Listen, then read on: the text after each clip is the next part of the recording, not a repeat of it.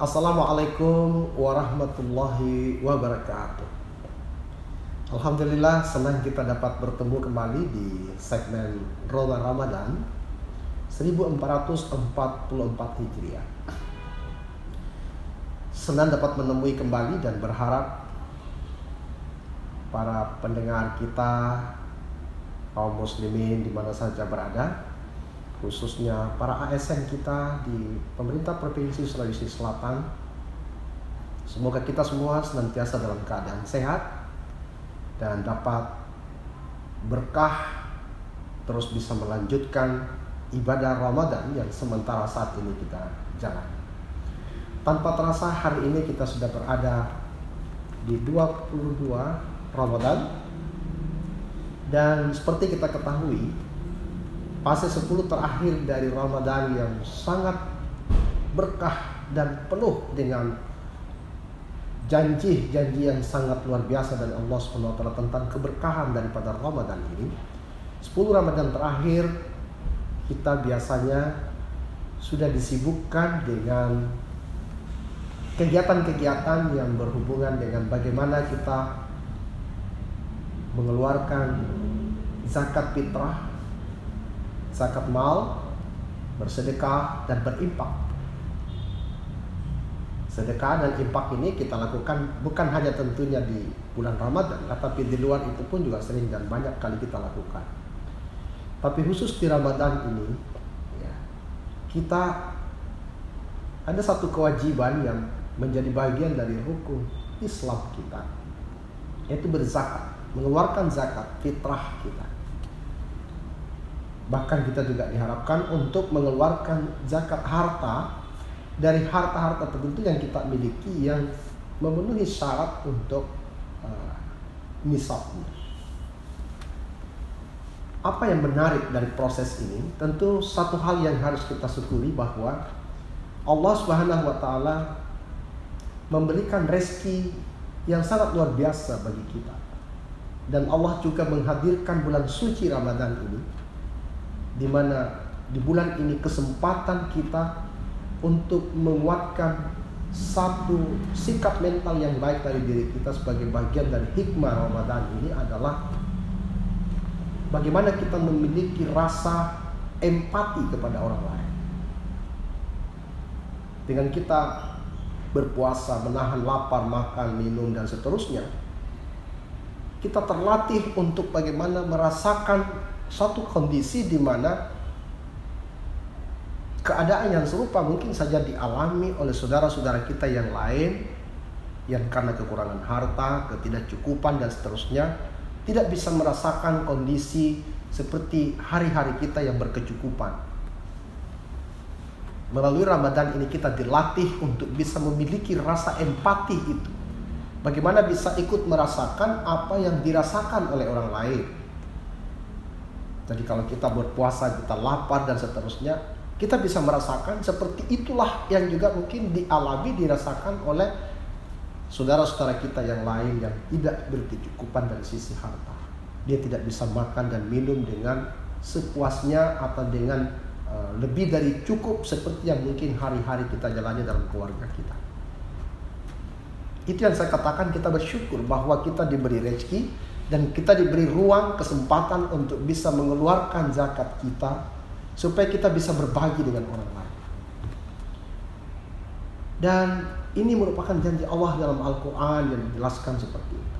Ya ayyuhalladzina amanu hal adullukum ala tijaratin tunzikum min azabin alim tu'minuna billahi wa rasulih wa tujahiduna fi sabilillah. Makna dari ayat ini menggambarkan ke kita orang-orang beriman ini diajak, diberikan kabar gembira. Maukah kalian itu aku berikan satu jenis perniagaan yang di dalamnya itu Anda tidak akan pernah menemukan kerugian. Ini menarik di sini ya. Kenapa? Karena kalau yang namanya bisnis, yang namanya usaha, seperti yang mungkin diajarkan di fakultas ekonomi atau di bidang kewirausahaan, tidak ada orang yang mengelola satu usaha yang tidak berpotensi rugi. Bukan hanya untung yang dicari, tapi juga ada potensi kerugian di dalamnya. Tapi kalau janji Allah seperti dikatakan tadi, Maukah aku tunjukkan satu jenis perniagaan yang di dalamnya kamu tidak akan pernah menemukan kerugian? Hebat sekali di sini. Apa itu? Yaitu beriman kepada Allah dan Rasul-Nya dan juga berjihad di jalan Allah. Orang-orang yang memiliki ciri keimanan yang baik, yang tunduk taat pada apa yang dicontohkan oleh Rasulullah SAW dan selalu ingin berjihad di jalan Allah Subhanahu wa taala, salah satu jalannya adalah dengan kita mengeluarkan sebagian dari harta kita untuk kita salurkan, bisa dirasakan oleh saudara-saudara kita umat muslim yang lain yang tentu kehidupannya tidak persis berkecukupan seperti kita. Kita salurkan itu dalam bentuk zakat harta, kita salurkan dalam bentuk zakat fitrah, kita salurkan itu melalui sedekah, dan kita salurkan dalam bentuk infak. Apa yang kita salurkan seperti yang dilakukan hari ini melalui gerakan Pemprov Sulawesi Selatan berbagi, salah satu contohnya. Ini program yang luar biasa yang digagas oleh Bapak Gubernur Provinsi Sulawesi Selatan, Bapak Andi Sudirman Sulaiman, menggugah seluruh ASN di pemerintah Provinsi Sulawesi Selatan untuk ikut merasakan keadaan yang saya sampaikan tadi melalui program berbagi. Alhamdulillah, setiap ASN kita diharapkan untuk bisa menyalurkan zakat fitrah, zakat hartanya, ada infak, ada sedekah, bahkan ada paket yang akan nanti dibagikan.